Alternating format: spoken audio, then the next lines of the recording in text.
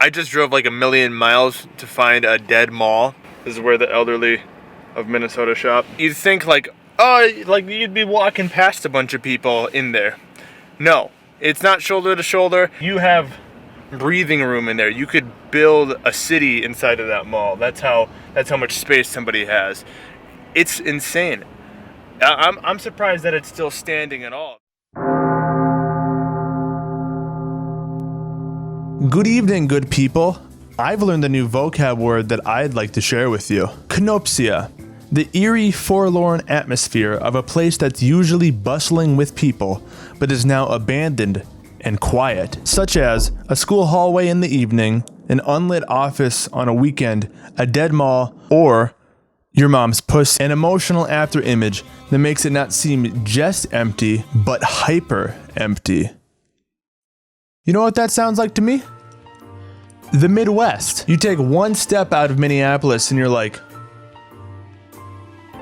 where is everyone? Alright, it's not that bad, but wouldn't that be nice? So I'm thinking about Kenopsia, the Midwest, and I'm on Pinterest right after I got done working out and strangling a dog. Nothing wrong. There's nothing wrong with being on Pinterest. That's a masculine website, yeah. Dudes use Pinterest, right? Yeah. And I learned about something called Midwest Gothic. I found thousands of photos that prove the Midwest is just one big liminal space. I mean, look at some of these photos. If you've been to the Midwest or you live here, you know this is exactly what suburban or rural areas look like. Copy and pasted architecture. It's beautyless and strictly for utility. Creative design is often sacrificed for boxy shapes and subways every 5 feet. A lot of places are dated and have almost been forgotten about entirely. So there's a very time capsule-like quality, but it's capturing a time in design that isn't as artistically ambitious as, say, Rome or Florence. Rome and Florence look marvelous. They're time capsules, but in the way that their style of architecture has been preserved. In the Midwest, it's a time capsule, but it's more like we're revisiting something that's been forgotten or abandoned. Not much preservation here. The lack of regard, simplicity, and age, with the backdrop of an often gray Midwest sky, lifeless plants, and hyper-emptiness, are the reasons Midwest Gothic feels like a liminal space. If you don't know what a liminal space is, here's a definition. The aesthetic known as liminal space is a location which is a transition between two other locations or states of being.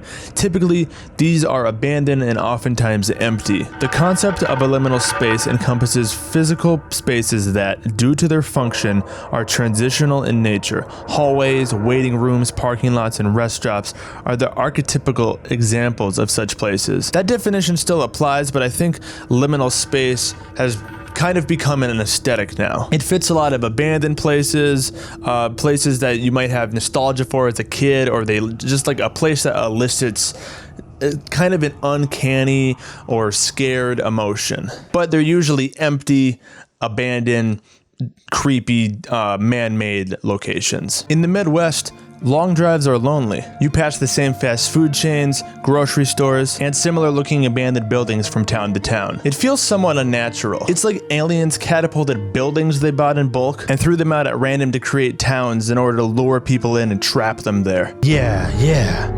That looks like something humans would call a building. Fire up the catapult. Send dozens. We'll call it Duluth, the worst city in the fucking world. Maybe the entire world is like this. But whatever.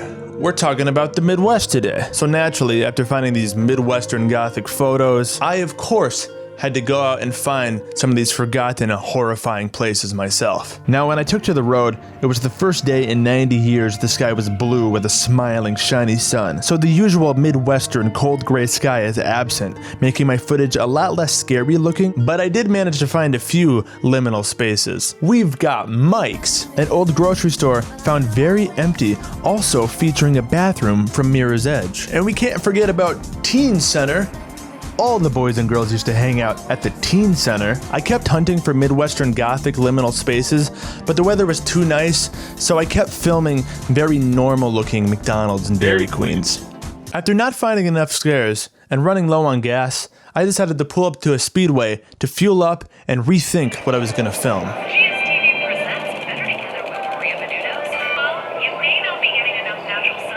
I don't think there's anything worse than gas station TV, and I think everyone who's a part of the production of gas station TV should be publicly executed. iPhone power user, adjust these settings to extend your phone's battery life. First, She's the girl for me.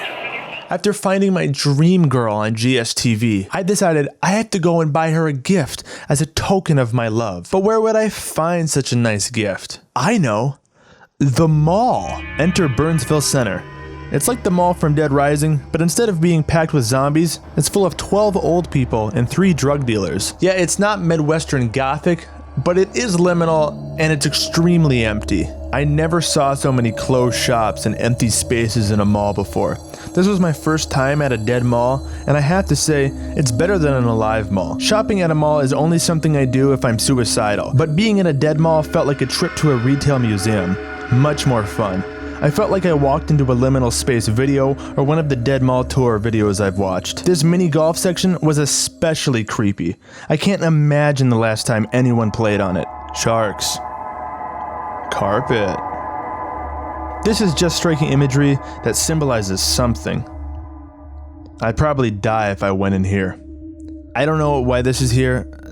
Who designed this? Who chose this? I found Gary's mod hanging out by the elevators. I was really amazed by it all. I'm thinking, how is this still open? Why would anyone come here? And are the workers okay? Sears! Oh, poor Sears. The gated closed entrance looked like an area I hadn't unlocked yet. Empty and desolate. It really was a liminal space. A place almost without purpose, trapped in time. I really would love to visit more.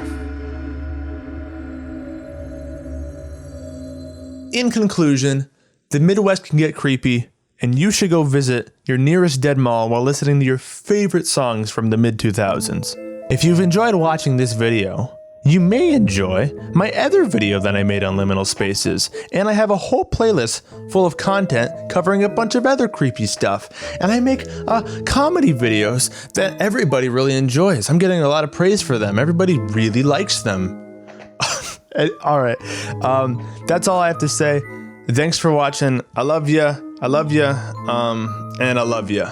Have a good night.